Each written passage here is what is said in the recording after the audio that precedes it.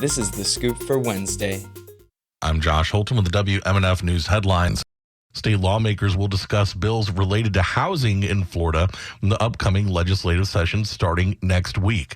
As WMFE's Liliana Hernandez Caraballo reports, two of the bills could help Florida renters and homeowners amid record high housing costs. House Bill 31 would require landlords to provide air conditioning for tenants. It also caps rent increases at 30%. House Bill 41 proposes a grant program to help homeowners get through Florida's property insurance crisis.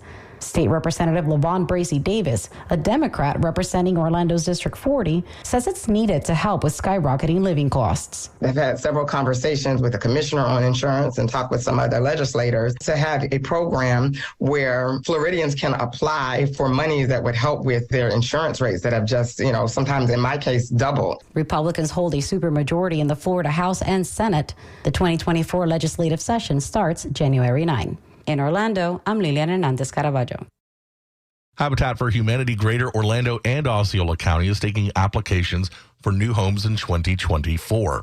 WMFE's Liliana Hernandez Caraballo has more. Chief Operating Officer Jennifer Gallagher says Habitat will be accepting 500 applications, though that doesn't mean they will be building 500 homes. Gallagher says that is a set number. It's expensive to build a home. It's expensive to have home ownership. And so through the community support, we're able to build a certain number of homes each year.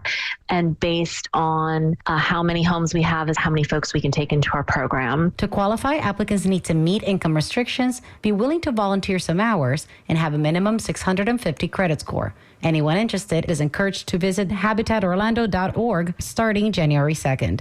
In Orlando, I'm Liliana Hernandez Caraballo. Liliana Hernandez Caraballo is a Report for AmeriCorps member. The Broward County School Board is considering shifting some schools to a 4-day week. WLRN's Broward County reporter Gerard Albert III has this report. The school board is thinking about a trial program for at least one school in each district to try a 4-day week. The move comes after the continued success of Pompano Beach High, which is consistently an A-rated school. Under their model, students attend classes from Monday to Thursday for more than 8 hours a day. Then they use Friday to do internships or take extracurricular classes. Still, students hoping to attend Pompano Beach High have to apply and meet certain academic criteria to get in. Critics of the 4-day week argue this is the reason for the school's success, not the schedule. Another proposal the board will consider next month is starting the school year a week earlier in August.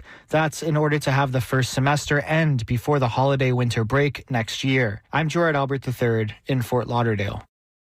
When Hurricane Idalia made landfall in Florida's Big Bend region, it provided a real-world test for a team of researchers at University of Florida's Institute for Food and Agricultural Sciences. Starting in 2017, they created 3 living shoreline projects in Cedar Key to demonstrate how a more natural approach to coastal resiliency could be effective.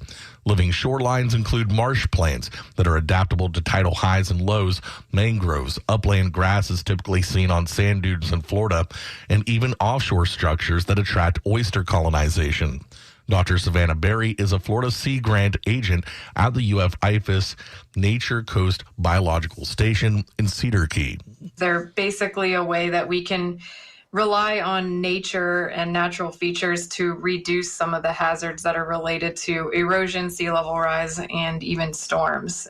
But Dr. Berry says they aren't necessarily designed to protect the coast from major landfalling hurricanes. Because we didn't originally design these as hurricane-ready projects, we weren't entirely sure how well they would perform. But because we're at a university and we're a research institution, we saw an opportunity to collect some data about how well they would perform in an event like this.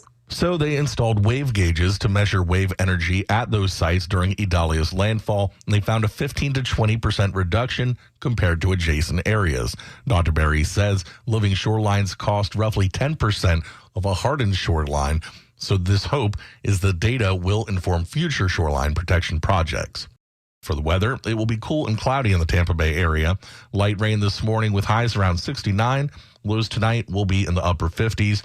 Tomorrow we'll have rain most of the day with highs in the mid-60s.